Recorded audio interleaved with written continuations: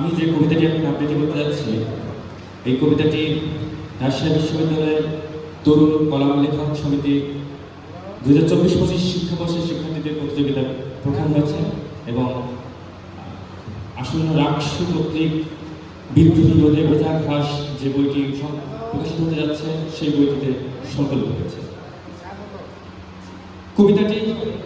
কবিতাটি সেই মানুষটার জীবন সংগ্রাম নিয়ে রচিত যে জীবনের প্রতিটি পদক্ষেপে বারবার ব্যর্থ হয়েছে, যে মানুষটা সমাজের তীব্র ভূক্ষেপের বিরক্তিতে আপন আধারের শরীরে নিমজ্জিত, ভাগ্যের বিড়ম্বনায় বারংবার পথ হারায় আবার সেই নষ্ট নক্ষত্রের কাছেই ফিরেছে আর প্রশ্ন ছুড়েছে অভ্যে অথবা কোনো নিশ্চয় পাথরে আর গত।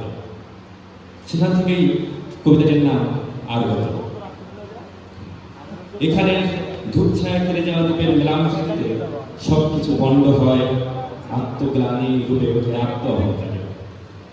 মিথ্যা সত্য ভেদাভেদ যেন তুমুল হইয়া ওঠে না, পড়ে রয় প্রস্ফুটিত উচ্ছ্বাস নিভে যাওয়া কুল কাঠের আগুনে ডুবে।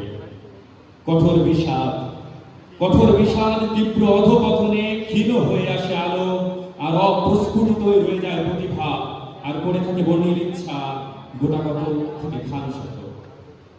ক্লান্ত অক্লান্ত প্রেম ডুবে যায় পাথারে, প্রেম হয়ে ওঠে অভিশাপ, জনবিরলতা হয় মাধুর্য, একাকিত্বের পথ চলা আরো দৃঢ় হয়। শয়তানের অভিশাপ যেন কাজে লেগে যায়, উল্লাসিত প্রাণ ভরে ওঠে হাহাকারে। যারা ভুলে গেছে উল্লাস, পিষে গেছে রাস্তায়, উড়ে গেছে গগনে, তাদের ক্রন্দন সুপ্ত সর্বর যেন স্রোত ধারার মতো নেমে আসে ক্ষিতি মুখে।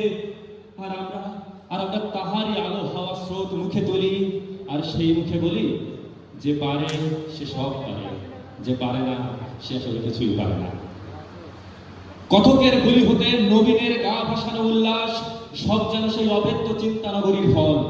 সব কেমন যেন ধূসর রক্তটা ছিটছিটে ম্লান মুখ, কেহ যেন সত্য নয়, কিছু যেন স্পষ্ট নয়। সবই কেমন সূর্যের সম্মুখে ভালো থাকার অভিনয় করিতেছে। অনাদিকাল হইতে ভাসিতেছে যে নাবিক, আর কতকাল ভাসিলে সে পূর্ণিমার চাঁদের কাছে যাবে। জন্ম হইতেই যে ক্ষইতেছে, আর কতদিন ক্ষইলে অন্তিম অণু পরমাণুটুকু শেষ হবে। আর কতকাল ঘুরিলে সন্ন্যাসীর অলিকে ভগবানের দেখা মেলে, আর কত রাত ফুটপাতে ঘুমাইলে সরকারের গদি নয়। আর কতদিন আগুনে পুড়িলে কয়লা ভস্য হয়ে ওঠে, আর কতবার জ্বলিতে থাকিলে কাঁচা সোনা হয় পাকা। আর কতবার বিরহ সমুদ্রে ভাসিলে তীরের কিনারা মেলে, আর কতবার অশ্রু জড়াইলে চোখে আঁকে মরু রেখা। এই যে হৃদয়ে দামানল দামামা বাজায়, যে মারতণ্ড ডুবে গেছে তার তেজ এখনো শরীর পোড়ায়। মহাসমুদ্রের তুফান ছুটে আসে মনীষীর বুকে। যে শিল্প ভুলে যাব বলে ঘুমিয়েছিলাম, সেই চিত্রকর্মই রাতে স্বপ্ন হয়ে আসে। কান্না করে, গল্প কয়, অনুভূতি নাশক যে বেদনাহীনতার ক্যাপসুল খেয়েছিলাম, তা যেন ধীরে ধীরে ঠুনকো মনে হয়। অব্যক্ত গাঢ় বিষাদ বেদনার মতো ঝরে পড়ে কলে বলে, অসার করে, পণ্ড করে, নষ্ট করে, দমকে ধুমকে শ্বেত বাড়ি মাখা শরীরের তাপে ফের ঘুম খুলে পড়ে। আর অন্ধকার ঘরে আসমানের দিকে তাকাইয়া মনে হয়, আর কত রাত নির্ঘুম ঘুমাইলে ভালোবাসা ভুলে যাওয়া যায়। আর কত। ধন্যবাদ।